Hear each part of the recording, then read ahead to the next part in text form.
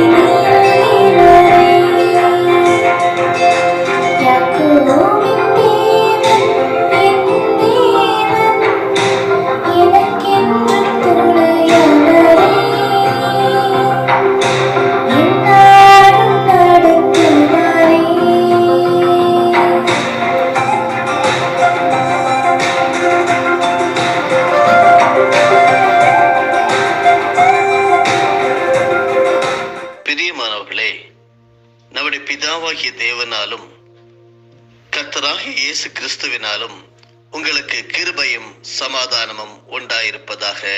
ஆமேன். Godwin John ministries தொகுத்து வழங்கும் தினம் ஒரு சத்திய வார்த்தை ஆடியோ நிகழ்ச்சிக்கு உங்களை வரவேற்கிறோம். இந்த நாளுக்குரிய தலைப்பு,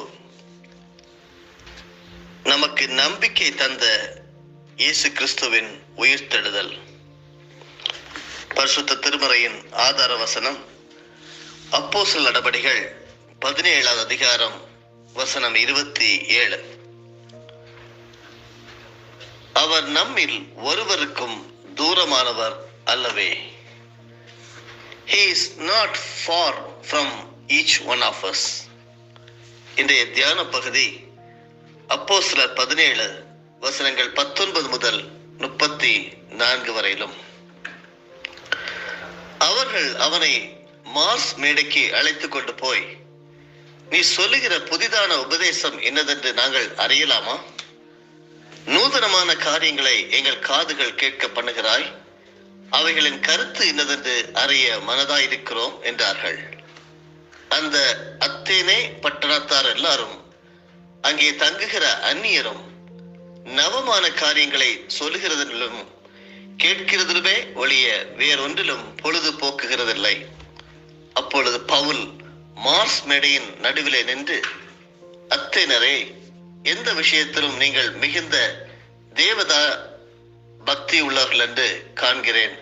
எப்படி என்றால், நான் சுற்றித் திரிந்து உங்கள் ஆராதனைக்குரியவைகளை கவனித்து பார்த்த பொழுது அறியப்படாத தேவனுக்கு என்று எழுதியிருக்கிற ஒரு பலிபீடத்தை கண்டேன். நீங்கள் அறியாமல் ஆராதிக்கிற அவரையே நான் உங்களுக்கு அறிவிக்கிறேன். உலகத்தையும் அதிலுள்ள யாவற்றையும் உண்டாக்கின தேவனானவர் வானத்திற்கும் பூமிக்கும் ஆண்டவராய் இருக்கிறபடியால் கைகளினால் கட்டப்பட்ட கோவில்களில் அவர் வாசம் பண்ணுகிறதில்லை. எல்லாருக்கும் ஜீவனையும் சுவாசத்தையும் சகலத்தையும் கொடுக்கிற அவர் தமக்கு யாதொன்று தேவையானது போல மனுஷர் கைகளால் பணிவிடை கொள்ளுகிறதும் இல்லை. மனுஷ ஜாதியான சகல ஜனங்களையும் அவர் ஒரே இரத்தத்தினாலே தோன்ற பண்ணி பூமியின் மீதெங்கும் குடியிருக்க செய்து முன் தீர்மானிக்கப்பட்ட காலங்களையும் அவர்கள் குடியிருப்பின் எல்லைகளையும் குறித்திருக்கிறார். கர்த்தராகிய தம்மை அவர்கள் தடவியாகிலும் கண்டுபிடிக்கத்தக்கதாக தம்மை தேடும்படிக்கு அப்படி செய்தார். அவர் நம்மில் ஒருவருக்கும் தூரமானவர் அல்லவே. ஏனெனில் அவருக்குள் நாம் பிழைக்கிறோம், அசைகிறோம், இருக்கிறோம். அப்படியே உங்கள் புலவர்களிலும் சிலர் நாம் அவருடைய சந்ததியார் என்று சொல்லி இருக்கிறார்கள். நாம் தேவனுடைய சந்ததியாராய் இருக்க மனுஷருடைய சித்திர வேலையினாலும் யுக்தியினாலும் உருவாக்கின பொன், வெள்ளி, கல் இவைகளுக்கு தெய்வம் ஒப்பாயிருக்குமோ என்று நாம் நினைக்கலாகாது. அறியாமையுள்ள காலங்களை தேவன் காணாதவர் போலிருந்தார். இப்பொழுதோ மனம் திரும்ப வேண்டும் என்று எங்கும் உள்ள மனுஷர் எல்லாருக்கும் கட்டளையிடுகிறார். மேலும் ஒரு நாளை குறித்திருக்கிறார். அதிலே அவர் தாம் நியமித்த மனுஷனை கொண்டு பூலோகத்தை நீதியாய் நியாயம் தீர்ப்பார். அந்த மனுஷனை மரித்தோரிலிருந்து எழுப்பினதினாலே அது நிச்சயத்தை எல்லாருக்கும் விளங்க பண்ணினார் என்றார். மரித்தோரின் உயிர்த்தெழுதலை குறித்து அவர்கள் கேட்ட பொழுது சிலர் இகழ்ந்தார்கள். சிலர் நீ சொல்லுகிறதை இன்னும் ஒருவேளை கேட்போம் என்றார்கள். இப்படி இருக்க பவுல் அவர்களை விட்டு போய்விட்டான். சிலர் அவனை பற்றி கொண்டு விசுவாசிகளானார்கள். அவர்களில் மார்ஸ் மேடையின் நியாயாதிபதிகள் ஒருவனாகிய தியோனேசியு என்பவனும் தாமரில் என்னும் பெயருள்ள ஒரு ஸ்திரீயும் இவர்களுடனே வேறு சிலரும் இருந்தார்கள். நமக்கு நம்பிக்கை தந்த இயேசு கிறிஸ்துவின் உயிர்த்தெழுதல். இயேசு கிறிஸ்து உயிர்த்தெழுந்தார் என்பதை நம்பிக்கையுடன் உறுதிப்பட எடுத்து சொல்லும் போது கேட்பவர்களுக்கு உயிர்த்தெழுதல் நம்பிக்கைக்குரிய செய்தியாக மாறுகிறது. மக்கள் அப்போஸ்தலனாகிய பவுலடியாரின் போதனைகளை புதிதாகவும் உள்நோக்கம் கொண்டதாகவும் எடுத்துக்கொண்டனர். ஆகவே போதனையில் தெளிவு ஏற்படுவது அவசியம் என்பதை ஞானிகள் சிலர் முன்வைத்தனர். அப்போஸ்தலனாகிய பவுல் இந்த பரம ரகசியத்தை தெளிவுபடுத்த அவருக்கு மார்ஸ் என்கிற ஒரு மேடை தரப்பட்டது. அறியப்படாத தேவனுக்கு என்று பலிபீடத்தில் எழுதியிருக்கிற வார்த்தையை கையில் எடுத்து அறிந்திராத உயிர்த்தெழுதலின் ரகசியத்தை தைரியமாய் எடுத்து சொல்லி தேவனின் பேர் ஆற்றலையும் அவரின் செய்கைகளையும் மக்களுக்கு தெளிவுபடுத்தி உயிர்த்தெழுந்த கிறிஸ்துவில் நம்பிக்கை கொண்டு வாழ்வதற்கு வழிகாட்டும் செய்தியை அப்போஸ்தலனாகிய பவுல் அந்த மக்களுக்கு போதித்தார். நீங்கள் கேட்டுக்கொண்டிருக்கிறவர்கள் யாராக இருந்தாலும் மிஷனரி ஊழியங்களை பற்றி காடுகளிலும் மலைகளிலும் வனாந்தரங்களில் செய்யக்கூடிய ஊழியங்களை நீங்கள் கேள்விப்பட்டிருப்பீர்கள். நண்பர் சுவிசேஷ ஜெபக்குழு, IEM, விஸ்வவாணி, இப்படிப்பட்ட மிஷனரி ஊழியங்கள் நீங்கள் நிறைய கேள்விப்பட்டிருக்கலாம். அவர்களுக்காக ஒருவேளை ஜெபித்துக் கொண்டிருக்கலாம். அவர்களை ஒருவேளை நீங்கள் பண உதவி கொண்டு தாங்கிக் கொண்டும் இருக்கலாம். ஆனால் ஒரு முறையாவது வாழ்க்கையிலே நீங்கள் அப்படிப்பட்ட மிஷனரி ஊழியம் செய்யக்கூடிய இடங்களில் சென்று பார்க்க வேண்டும். எப்படி அப்போஸ்தலனாகிய பவுல் அந்த காலங்களிலே ஊழியம் செய்தாரோ அப்படிப்பட்ட ஒரு கனமான ஊழியம் என்பதை நாம் அதிலே கண்டுகொள்ள முடியும். அருமையானவர்களே, தேவனை கண்டுபிடிக்கும் பொறுப்பு நம் ஒவ்வொருவருக்கும் உண்டு. எப்படிப்பட்ட முறைகளை கையாண்டாலும் ஒருவேளை தடவியாவது கண்டுபிடிக்க வேண்டும் என்பதில் தேவன் விருப்பமுள்ளவர். அவர் நமக்கு அருகில் சமீபமாயிருப்பவர். கையினால் கட்டப்பட்ட ஆலயங்களில் தேவன் வாசம் செய்பவர் என்று மக்கள் கொண்டிருந்த நம்பிக்கையில் ஒரு மாற்று சிந்தனையை பவுலடியார் ஏற்படுத்தினார். அநேகர் ஆலயங்களை அலங்கரிக்கிறோம், உதவி செய்கிறோம், ஆலயங்களிலே பணி செய்கிறோம். வசனம் சொல்கிறது, கையினால் கட்டப்பட்ட ஆலயங்களில் வாசம் பண்ணுகிறவர் அல்ல, நாமே அந்த ஆலயமாக இருக்கிறோம் என்பதே அதனுடைய கருத்து. அருமையானவர்களே, தேவனை காண்பதற்கும் சேவிப்பதற்கும் அலைந்து ஓடும் நடைமுறைகளை விட்டுவிட்டு அவர் உங்களுக்கு தூரமானவர் அல்ல, காரணம் நான் அவரை சமீபமாக வைத்து அனுபவிக்கிறேன் என்று பவுல் சொல்லுகிறார். உங்களின் தேவ நம்பிக்கையில் மாற்று வழியை பின்பற்றி என்னை போன்று தேவனுக்கு சமீபமாய் வாருங்கள் என்று அங்கே அழைப்பு விடுத்தார். தேவனை தூரமாய் வைத்து வேடிக்கை பார்க்கும் அல்லது அழகு பார்க்கும் அர்த்தமில்லாத ஆன்மீகத்திற்கு தூரமாகி நம் அனைவருக்கும் சமீபமாய் நமக்காய் செயல்படும் உயிர்த்தெழுந்த கிறிஸ்துவில் நம்பிக்கை கொண்ட சமூகமாய் இடைவெளியில்லா ஆன்மீகத்தை ஒவ்வொரு நாளும் நீங்களும் நானும் வெளிப்படுத்த வேண்டும். ஏனென்றால் உயிர்த்தெழுந்த கிறிஸ்துவின் ஆற்றல் பல நிலைகளில் கிறிஸ்துவுக்கு முரணாகவும் திருச்சபையின் வாழ்வுக்கு அச்சுறுத்தலை ஏற்படுத்தியவர்களை திசை திருப்பும் ஆக்கப்பூர்வமான காரியங்களை செய்தது. யூத ஜெப ஆலயத்தில் ஓய்வு நாட்களில் செய்தியை சரியாய் தைரியத்துடன் சொல்லும் சாந்தான பாத்திரமாக பரிசுத்த பவுலடியார் மாறினார். வேத வாக்கியங்களிலிருந்து மக்களுக்கு சொல்லி அவர்களில் தெளிவினை ஏற்படுத்தினார்.